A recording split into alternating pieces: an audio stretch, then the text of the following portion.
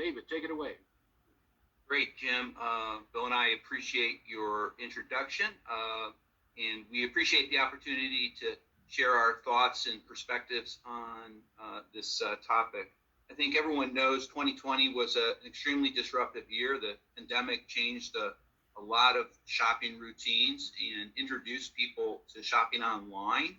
At the end of 2020, we saw the rollout of the very first Amazon Fresh, as you said, Jim, that has Amazon's name distinctly above it. It's not the first format that they rolled out in recent years, as we'll discuss later on, but it does seem to be the one that is more squarely in the bullseye for Amazon, as we can see that acceleration. So between Bill and I, we're going to provide a point of view from both the customer's perspective as well as the operator or retailer's perspective, looking at a laundry list of areas, as you can see on the screen, from site selections to what's the big long game that Amazon's playing here, recognizing that they're obviously in more than simply groceries. So, with that, Bill and I are really excited to jump into this. Bill, do you want to add a few thoughts?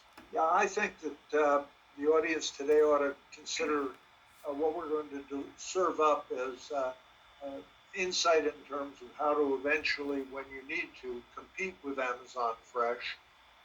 Keep in mind, however, it's a moving target. They're continuing to learn and certainly will improve, so they'll only get stronger. And Bill, I know you did a lot of research in the third quarter of last year around how is Amazon going forward with locating or identifying where to locate these stores. So with that, you want to provide a little bit of your point of view, and I can add some color if necessary relative to their site selection strategy and what it really means. Sure. There are about 12 of the stores open now, but we actually think there are many more under contract. So it's just the beginning of the growth of this format. As David mentioned, we did do an in-depth look at 8 of the early sites, and I worked with an expert in site analysis to do that. Among the things that came out of that is kind of just a top line, is each one of the sites we looked at had an above average median income. So they were fishing where the fish are. And also these same sites had a fair amount of daytime traffic. Now looking more specifically at the facilities, most of them, actually 10 out of 12, were rebuilds, reuses of other facilities.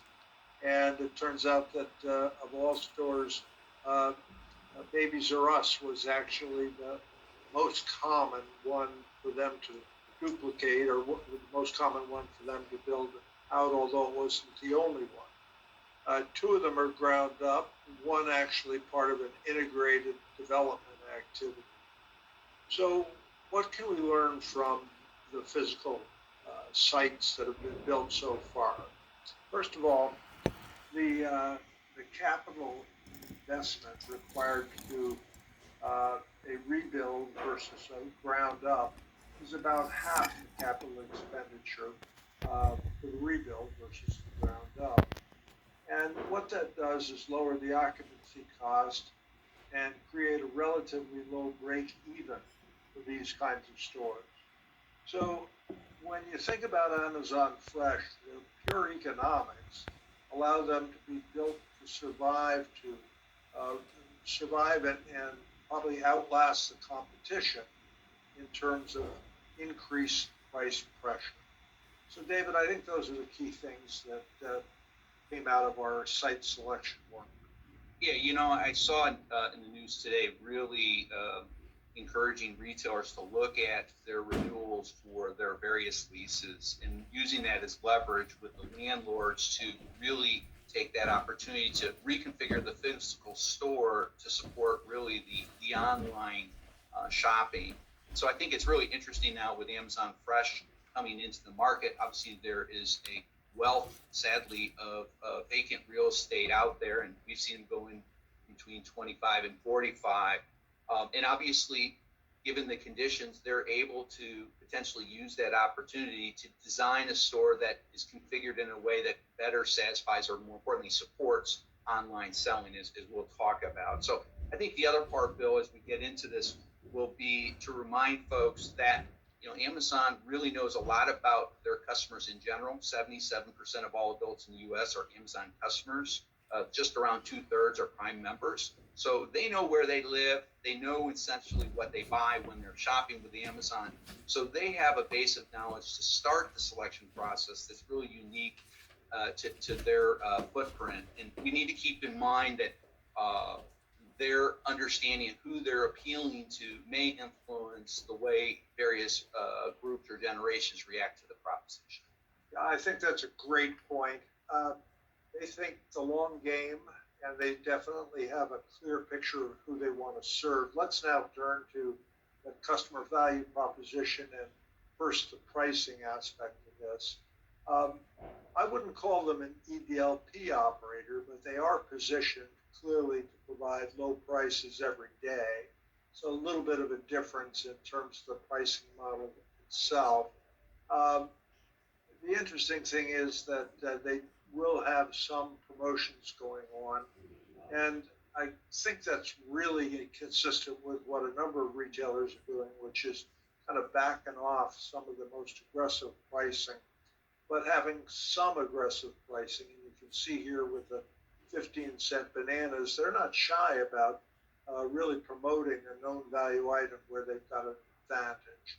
So it turns out basically that pricing is important to them, but certainly not the driver for the business.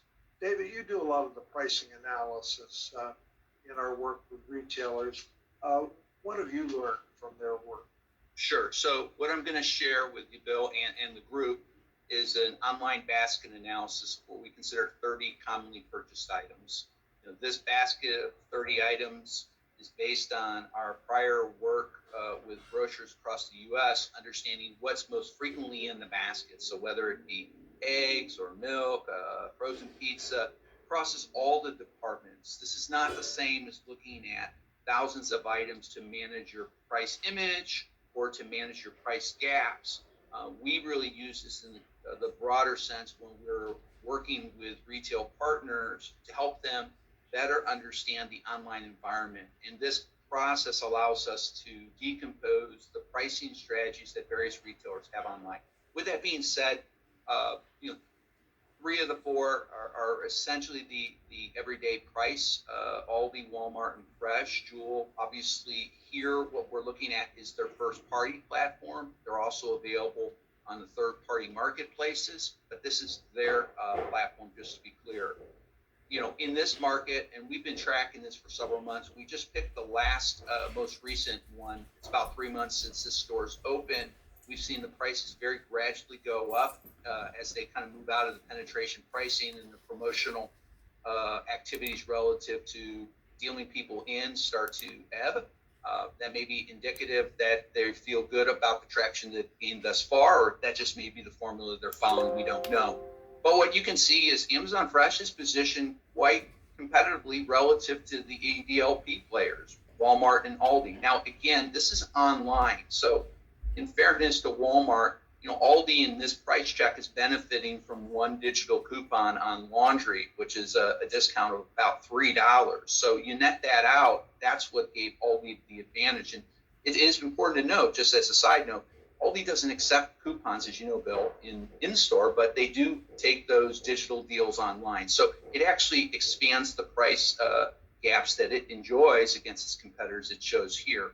Obviously, Fresh is not trying to be the low price. I think you and I know that Amazon recognizes price is important, but it's not the most important thing to customers. There's a lot of other things. And I mentioned that because Jewel is sitting here as our proxy for the regional or independent grocer. And yes, they're 30+% higher than Aldi, and a lot of retailers don't like to see that. There are going to be retailers higher in the market, namely in the health and wellness areas like a Whole Foods.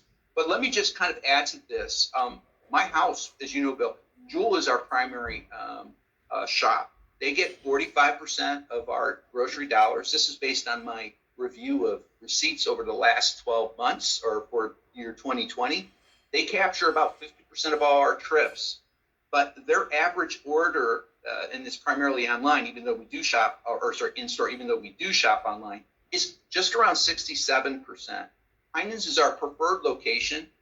We shop and probably spend 3 times more at a Heinen's when we shop, but we're just not shopping it as often. We're in a jewel store practically every 2 to 3 days. So it's a very high frequency. And why is that? If it's not the price, it's the convenience. It's the closest one to our house. And on the way home, the wife tells me we need a few things, I stop in. And that's why they generally have the quick trip. So when you think about Amazon Fresh, as we'll get into it, is really focused in on what we would consider a quick trip or a fill-in, not necessarily the major stock-up trip. So I mentioned that because, again, my household spends almost half of its money at Jewel. Jewel is not the lowest price. We hardly shop Walmart. They'd be lucky to hit 1% of our spending. We, in fact, spend almost 3 to 4% at Aldi. But we're not going to Aldi that often. It's maybe once every 3 weeks. So again, as you think about the way they position Fresh relative to the pricing, we expect that pricing to maintain a relatively low position in the market. However, we can see in the Southern California market, they actually have even a larger separation between themselves and the EDLP. So I just want to call out that they're very aggressive in their price position if we think about it from a conventional grocer or independent grocer's perspective. But I also want to reinforce that we recognize that price is only one amongst many considerations driving the decision as to where and when to shop. So, I think that's just a little background on that. So anyways. I think that's very helpful. Pricing certainly is not something that Amazon historically has been strong at. They're not shy about pricing, but to your point, they know how to use it effectively. Let's now switch to... and I just wanted to add, in some places it caught my eye. First of all, we do see some degree of price discrimination. One of the things I looked at when I was in the store, I looked at their batteries, their Amazon Basic. And what I noticed was the price for the Amazon Basic batteries in the store was considerably less than what it would be online. Did that in a few other categories selectively and found somewhat similar trends, which is very interesting. In other words, if someone else were to do that type of comparison shop, it's really reinforcing the value of actually coming into the store, kind of re-diverting the demand away from the online that is a ship-to-home order into a pickup or a delivery order, which in the long game could help lower their delivered costs if they can shift some of that demand from the package shipped to the home same day, next day, or 2 day, and instead put it in that more immediate home delivery. That shows pretty fine feel for the way they're executing their pricing strategy. Let's spend a moment here on assortment. And right at the head of the parade of assortment is their private label. They have 8 different private labels today. And in the upper left-hand corner, you'll see their private label wine. It's branded under the name Cursive. You can get a really nice bottle of wine for $10. And quite frankly, it's not evident at all that it is a private label. In addition to the other 7 labels, you see some in Fresh, and their newest one is called the Plenty, which we think they're going to be using aggressively and probably in a little different way than historically private label has been used. That is to say, instead of as primarily a source of gross profit, we think they'll probably be using it as its own brand. The second thing they do in assortment is bring in some popular regional items from other areas. The Duke's mayonnaise is actually the 3rd most popular mayonnaise in the entire United States. It comes out of the Southeast. And then you can also see some other assortment decisions here that are curated. David, I think you probably have more to say on that. Yeah, so again, we did, as part of our analysis, we looked at the assortment. The typical supermarket, if you look at Food and Marketing Institute's numbers, say we have between 28 and 30,000 SKUs in the store. There's been some reports that Amazon was shooting for something closer to 25. And Bill, as you and I know, we've heard things that suggest that they were going to be considerably lower than even the 25. So we want to take a look at that. So we picked, again, a conventional or independent grocer. In this case, it's a regional Jewel. We looked across a range of packaged good categories and wanted to get a sense for the depth of selection they have. You know, Amazon, when they position this, talk about having a broad assortment. Well, that's not the same as, you know, Bill, as a deep assortment. So when you look at something like pasta, where Jewel in the store may have close to 250 or more unique items sitting on the shelf in the pasta sauce, you know, Amazon Fresh has 39%. You look at laundry detergent, another large SKU category with a lot of different options. We would like to think are variety enhancing. Jewel has 200 and Amazon Fresh about 38%. Now, when we get into something like frozen pizza, again, another large category, if you're walking the store, you may not really sense a particular decline in the range of assortment. And that's because now they carry around 2/3. So what we start to see is this pattern, Bill, of 1/3, 2/3, and like close to 100%. Because when we look at eggs, you know, obviously a much smaller category. So each SKU really needs to count, right? You know, we're talking 25 SKUs maybe. And here, Amazon Fresh, Lisa stores, we check about 90%. So again, I don't think any normal shopper would diagnose them as being deficient in assortment with eggs. Now, the question is, well, does the customer notice this? So, you know, I shopped there with you in the other day because one of my daughters loves her hot sauce. We were looking for it. We used Alexa to try to find it. We did finally locate it on the shelf. Unfortunately, they only carried the 5 ounce, which to people, that's like an airplane size in my house. We want the 12 ounce because my daughter just like practically guzzles it. So we couldn't find it. I did look at the other stores that Amazon Fresh has in the Chicago market, and none of the other stores carry the larger size. Now, they may know something that I don't. Our house may be an outlier, and that product may not be widely in demand in our market, although I would challenge that. Another area that is more close to me is mouthwash. I use a zero alcohol mouthwash. They carry the brand that I use, but they didn't carry any zero alcohol in that brand. Again, none of the other stores in the Amazon Fresh network in the Chicagoland area carried that either. So I'm left to go to either Jewel to get that or to Target. So the good news is, you know, you pointed out a regional brand from the Carolinas. You know, an independent or a regional grocer can really take advantage of their sense of local demand and really assort their stores with products that they know their customers want. So I just pointed out 2 that weren't there, which means I'm not going to make a purchase.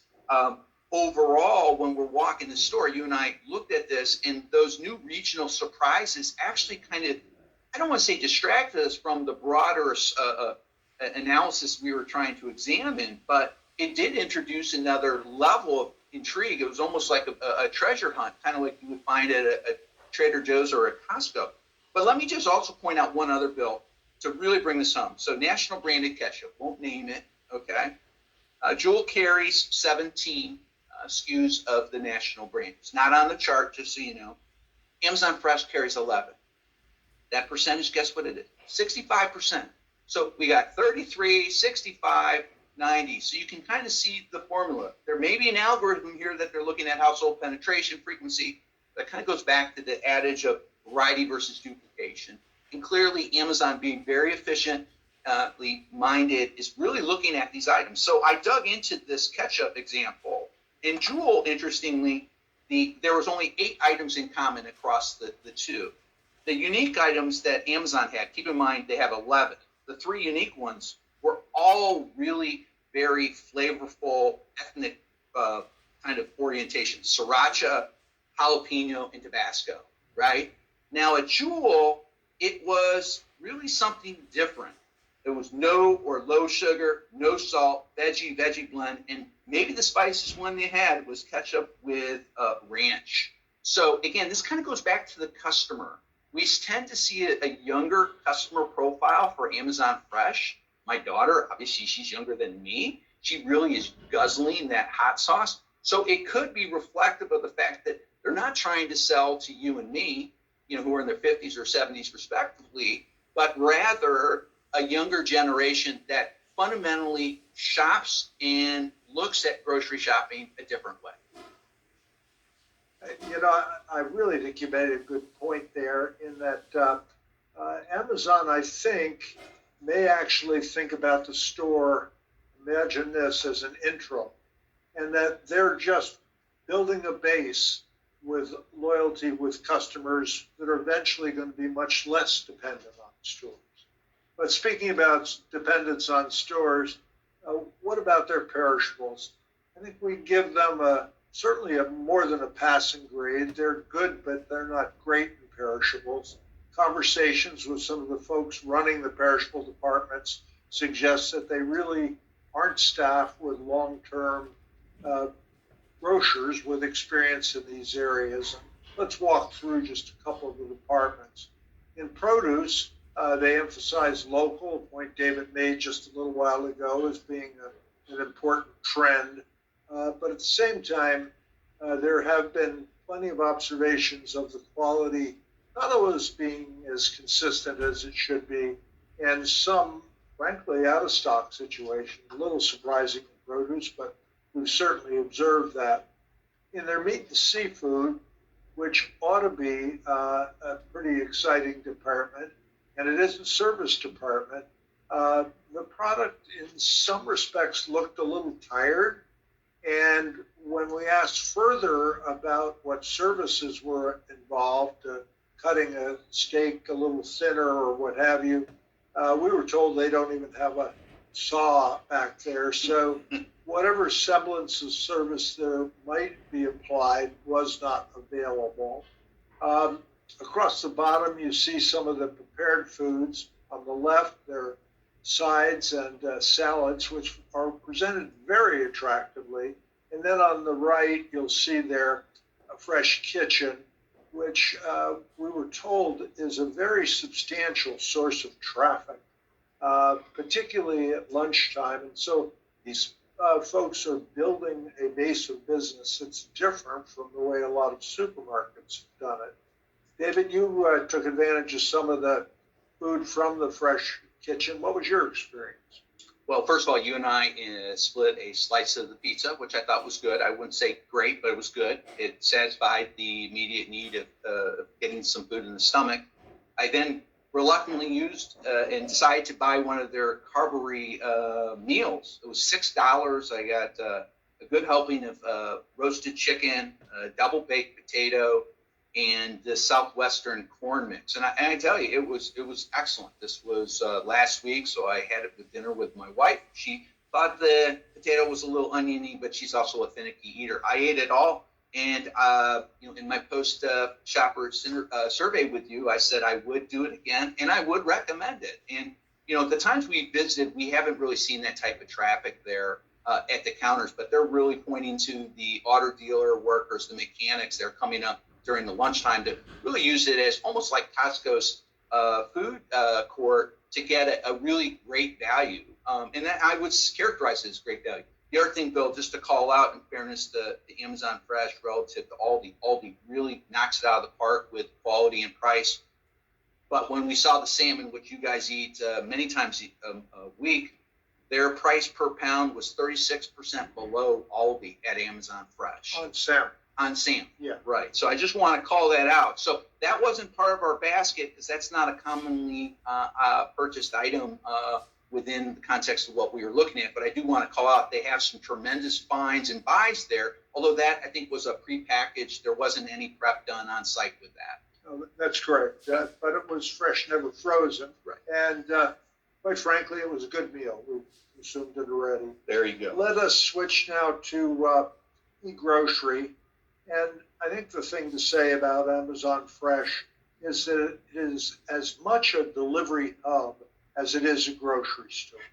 On the left, you'll see the holding area just for ambient products. So it gives you an idea of how much business they're doing. They, of course, do some pickup, but most of it's for delivery. And you can see the flex driver there loading his car for probably multiple deliveries, which is a source of efficiency. So it is interesting that this store is so focused on delivery. As a matter of fact, I'd say more than half the time that I've been in the stores, there are as many Amazon shoppers as there are regular shoppers.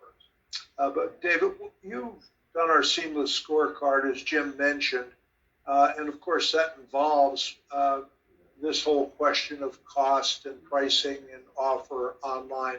What have you learned from the standpoint of the seamless scorecard relative to Amazon Fresh?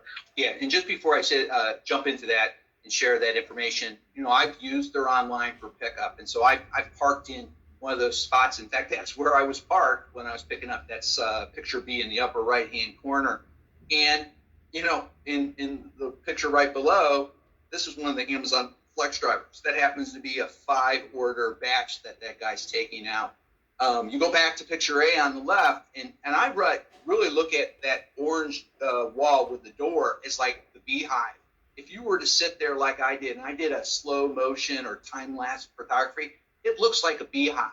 There are constantly pickers or personal shoppers coming out to fill orders. This store has, on any given day, I've observed 25 to 30 pickers picking individual orders at a time. And just to be sure, any of the stores we've been in have the same characteristics. Yeah. So their capacity, their throughput capacity for orders is really very impressive. I don't want to extrapolate that, but if you think about 25 to 30 pickers in there, they generally have smaller average orders. Probably the pick time for an order in Amazon Fresh is closer to 30 minutes.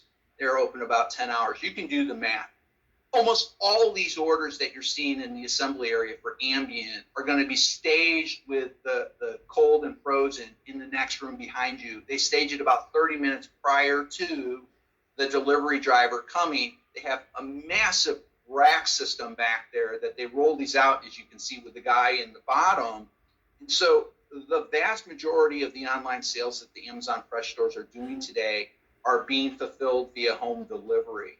And it's something that we picked up, and it's a little counter to what we see more broadly in the market. But at the same time, one of the things we've also observed, and we heard confirmed by some of the employees we talked to, Bill, is that it's not uncommon that you'll see more pickers in the store than actual customers like you and myself.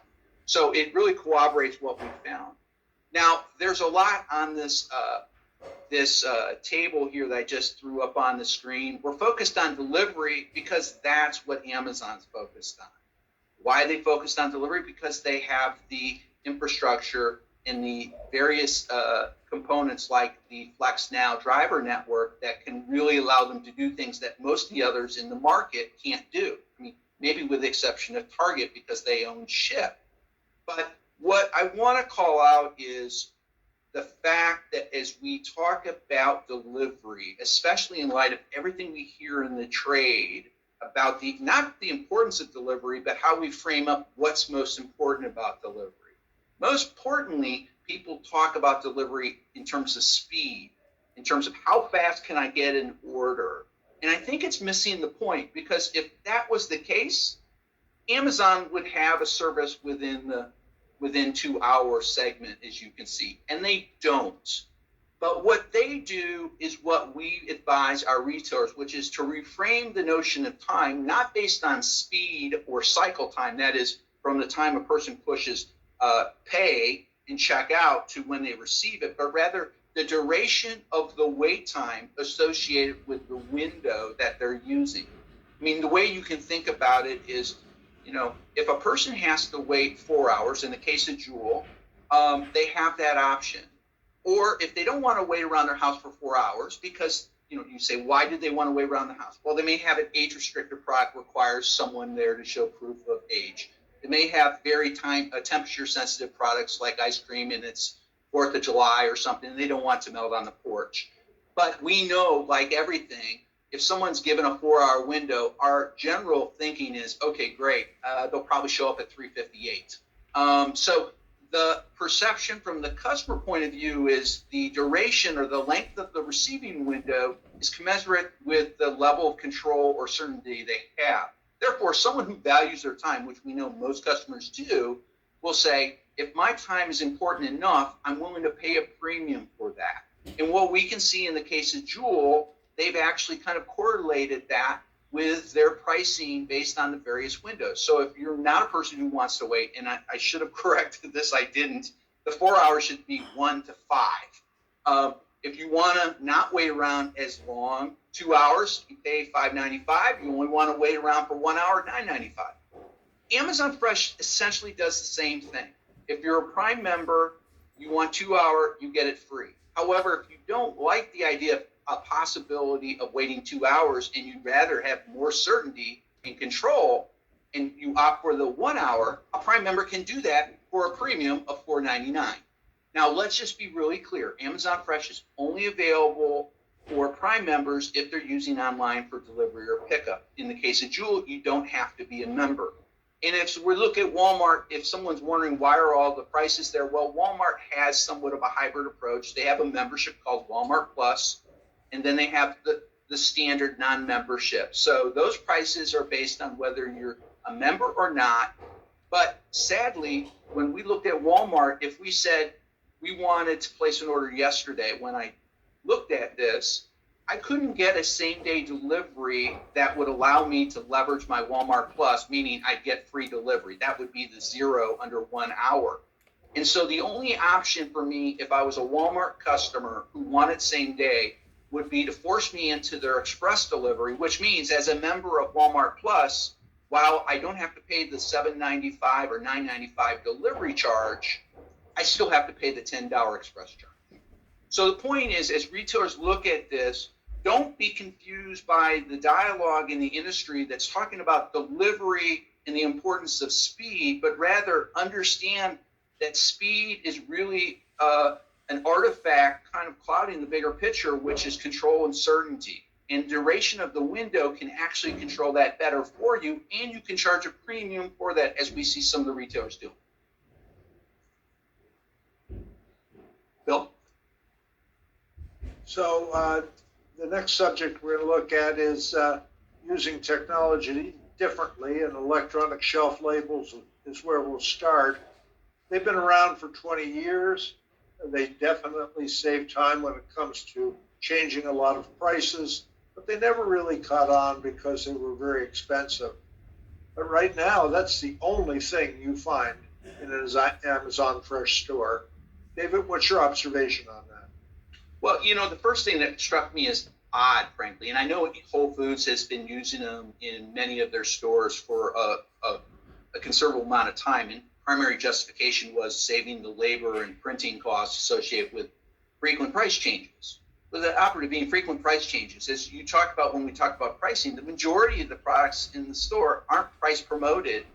So the argument or use case saying we're going to use this as a way to lower our labor really doesn't stick. So it was a little curious at first. So if you look at the first picture A, we're circling the things that are of interest. Obviously, they've integrated their ratings and review system. Here, it's just the rating system.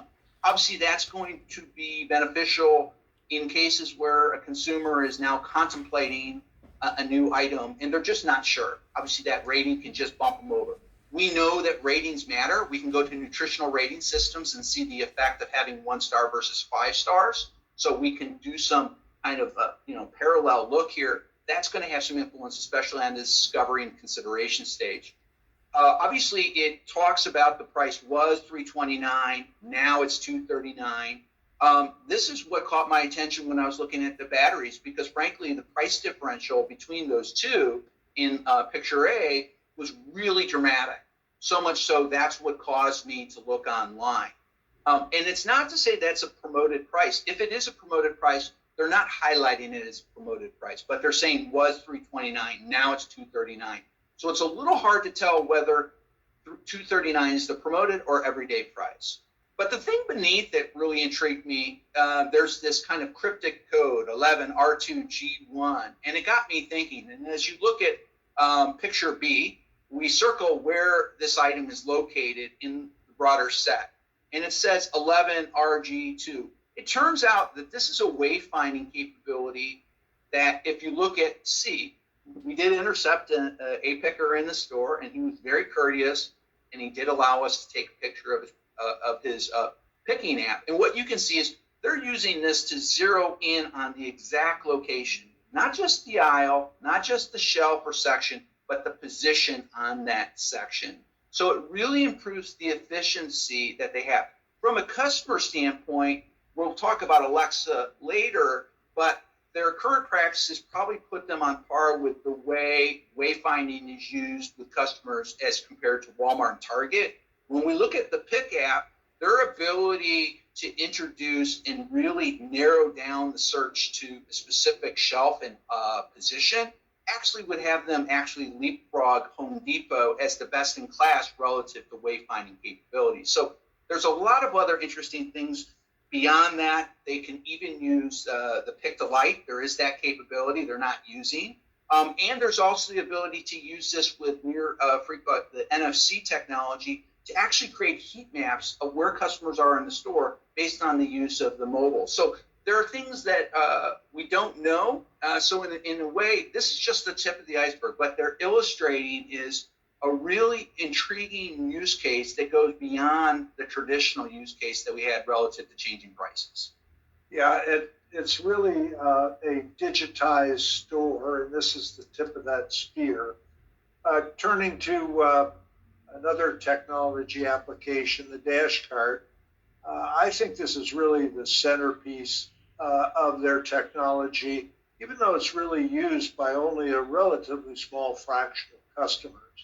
When you walk in the store, there's almost always staff there to help a customer get started if they don't know how to use the cart. It's, of course, available to Prime members only, and Prime members who are early adopters of technology.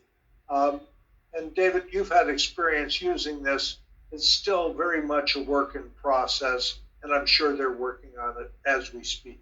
What did you see in your experience? Yeah, I've used it a couple times. The first time, if anyone who's used it, if an item goes into the bag, fine. White light, if you have a problem, orange light. I had more than a few instances of orange light, and I wasn't trying to test the system. So it became a little frustrating. Second time was much better. I did notice it was a little heavier cart, harder to push, and that's because of the massive battery pack they have underneath. I think it's also worth noting, if you haven't been in the store, it's positioned right by the door. They're obviously promoting and trying to encourage folks to try it, especially those who are Prime members, because that's what you need to do. But it's prepared with 2 bags. It seems a little odd, but they do tell you, focus on filling up the 2 bags. It isn't clear in the store with interactions why that is. It requires a little more digging on their site, and it's because Amazon Fresh sees this as a way to make the quick trip quicker and easier. And it's not the quick trip in the technical sense of 5 or fewer, but it really is that fill and trip as well. The cart can only handle 50 pounds of product, fill up 2 bags. So they have a big pile of cases of water at the front. And they don't advise you use the cart if you're trying to buy that, because 1, you can't put it underneath the cart, and 2, you're going to weigh out the cart right away. So, it's not for all trips, but it also is indicative they may not be targeting all trips. Here they're focused in on trip types, and they make that clear on their website, not necessarily in the store. So once again, knowing their business and who their customers are is part of it, knowing what missions they're trying to drive.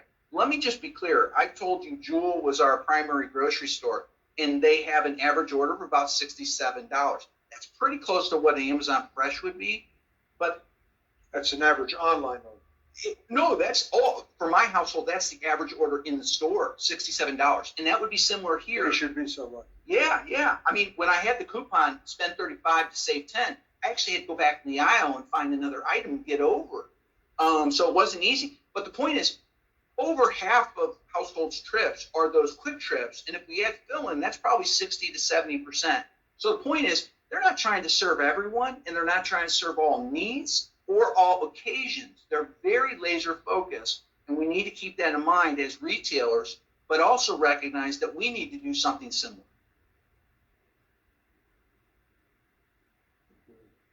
So am I the next one? Yep. Where and how is Amazon using tech differently? This is the Alexa shopping list. We have an Alexa. We may have two at home. I'm not quite sure. So you can build a list by just through voice commands, which is a growing thing. In my household, we don't do that. But they do have the Alexa shopping list, on the app, and you can build that.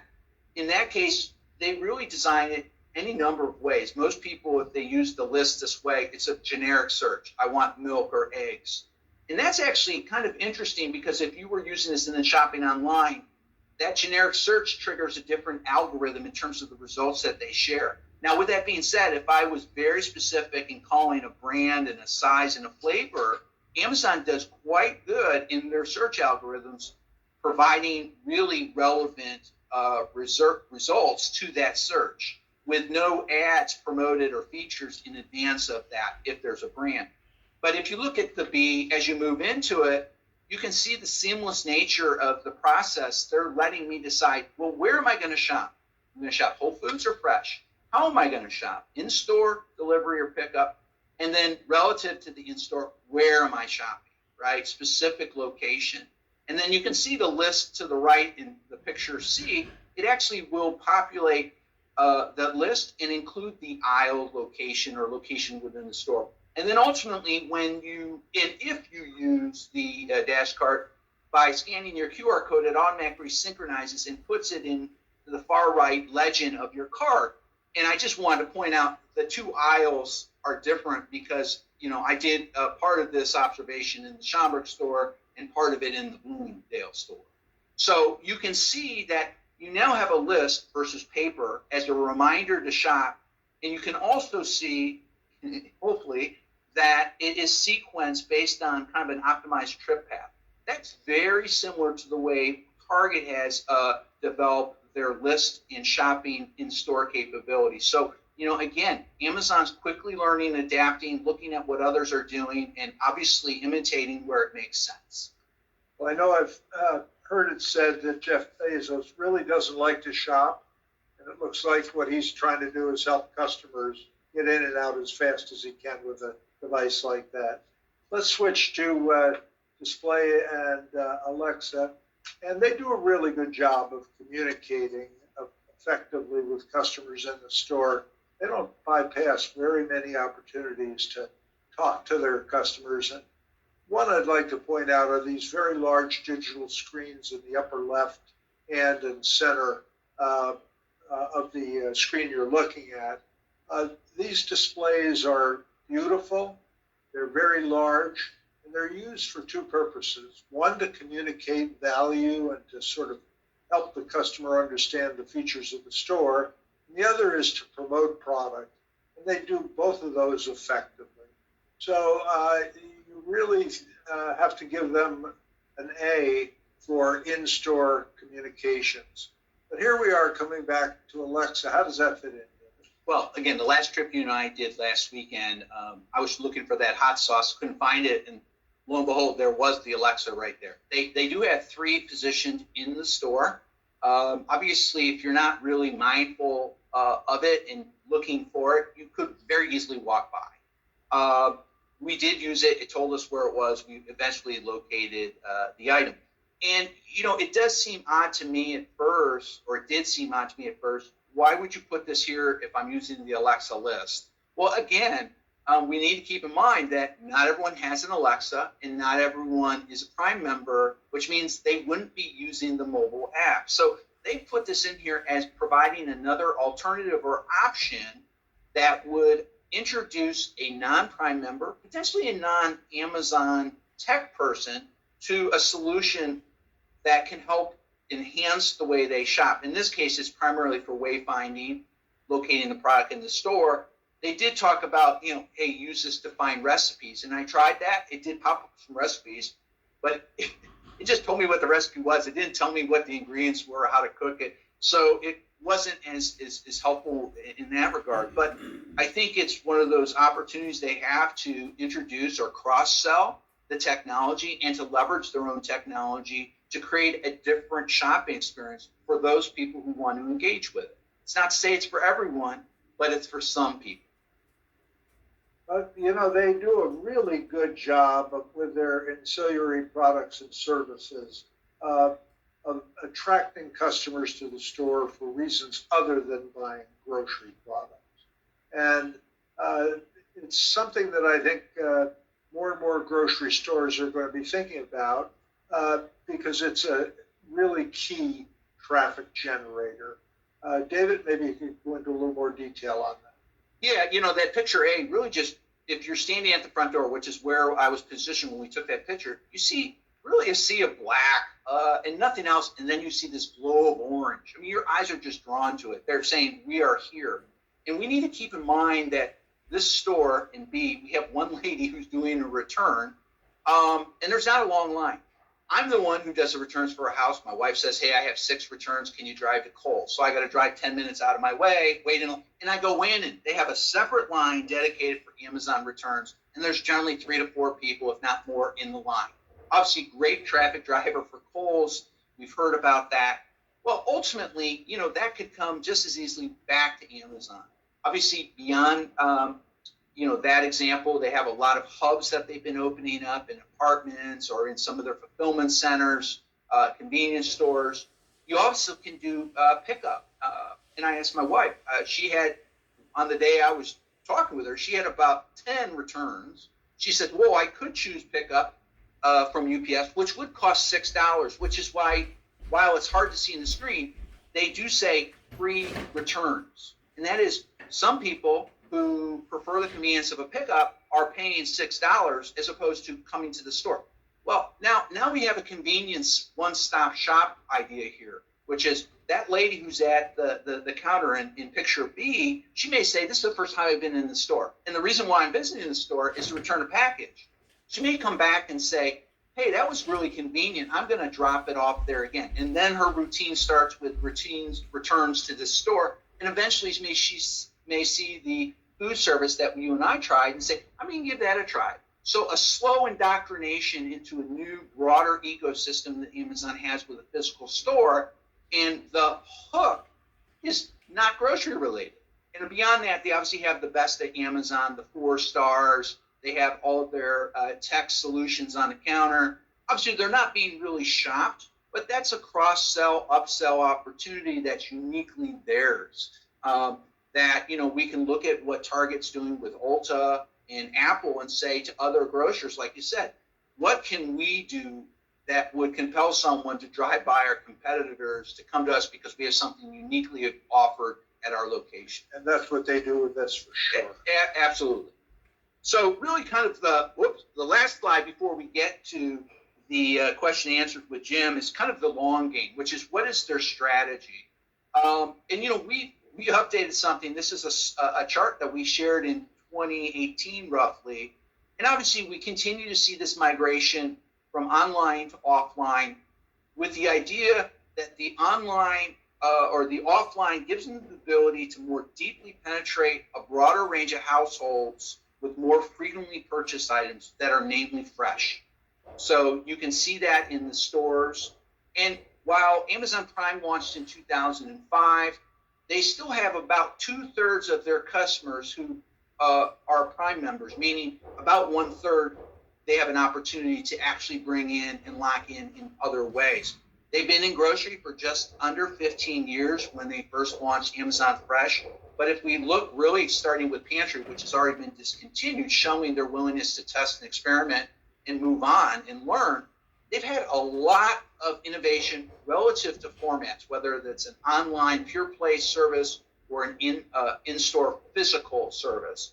So that speaks volumes. In less than 10 years, the amount of experimentation this company has done, and now that we're starting to see both Go Grocery, which now has 2 locations in the U.S. around Seattle, so it's still in beta, and now the acceleration in the rollout of Fresh, which is now at 12 with many more to come, clearly shows they're starting to find their legs with that. There are many shopping solutions out there. This is the little table below. And right now, Fresh is really relying on Dash Cart for the just walkout. But as you had said, it's not being broadly used. It has a very specific use case.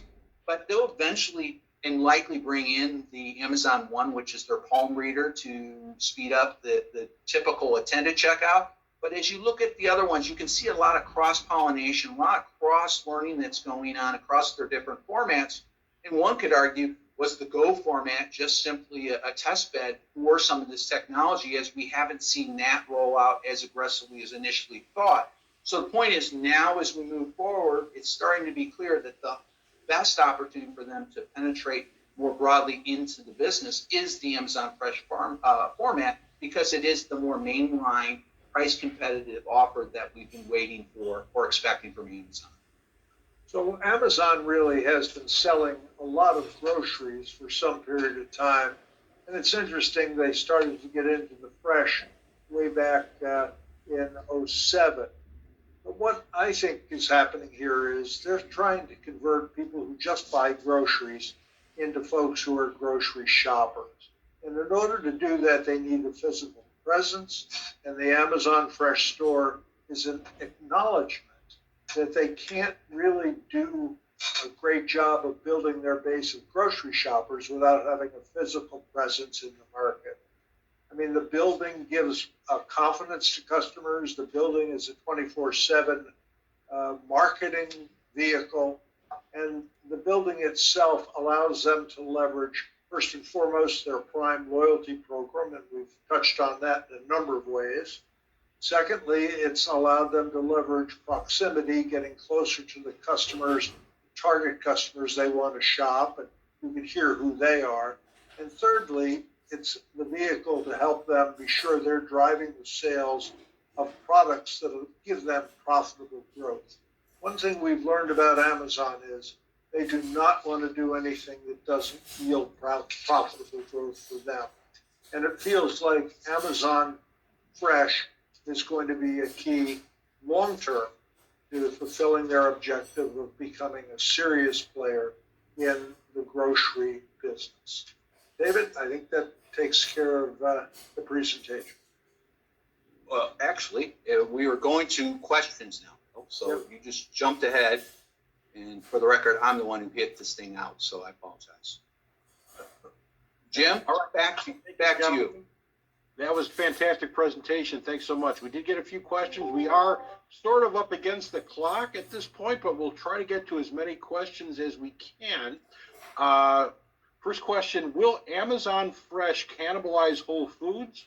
Or do you think Whole Foods will take all the IT and new digital from Fresh? I think it's very unlikely there'll be cannibalization. And for whatever set of reasons, it's been a relatively low priority for Amazon to transfer some of this leading edge technology to Whole Foods. So it'll inevitably come. It's part of the network David alluded to, but not immediately. All right, we have another question from our audience. Historically, retailers' determination to enter a market was based on building a distribution center to optimize service to the stores in that market. Do you see Amazon as having that restriction in opening future stores? Actually, I think they go about it the other way.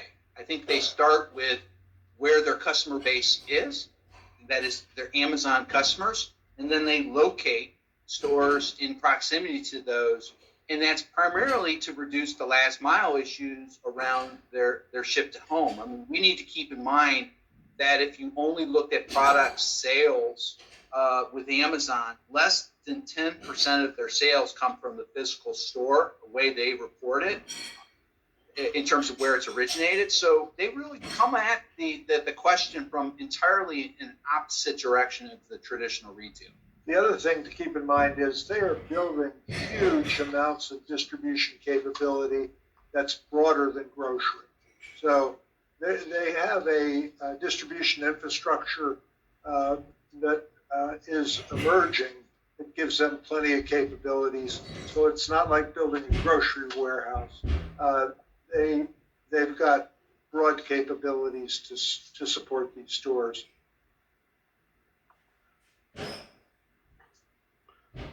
Okay. Do you envision Amazon commercializing these services and selling them an infrastructure to other retailers similar to the AWS cloud? They really would like to do that. And the first sign we've seen of that is one of the British retailers, Sainsbury, has made a purchase into an Amazon-backed delivery operation. So sooner or later, I think the horse race is going to force some people to conclude that the best thing to do is to subscribe to the Amazon services. Their contribution isn't going to make Amazon any stronger, but it will make them stronger if they partner with Amazon. So yeah, we expect that. But right now there's a psychological hesitancy and understanding. Okay, I think we have time for one more quick question. Actually, this refers back to, you had mentioned the meat department where they weren't set up to do some custom cuts. Do they have self-service meat? And since the Schaumburg store is in my neighborhood, I think it's correct that most of their meat is case ready. Isn't that correct? Everything comes in essentially pre-cut or prepared with very little manual, effort beyond maybe some repackaging. So the vast majority is prepackaged. Okay. Well, that takes care of all our questions today, and conveniently it takes us to the top of the hour. So I'd like to thank Bill and David Bishop for their fantastic in-depth presentation today. Just want to remind everyone that you will soon be able to access a recording of this webinar along with all of our past webinars in NGA's Live Learning Center. So thanks to Bill and David Bishop, thanks to everyone who was able to be in our audience today. And on behalf of NGA, I am Jim Dublasek. Thank you and have a great day. Bye-bye.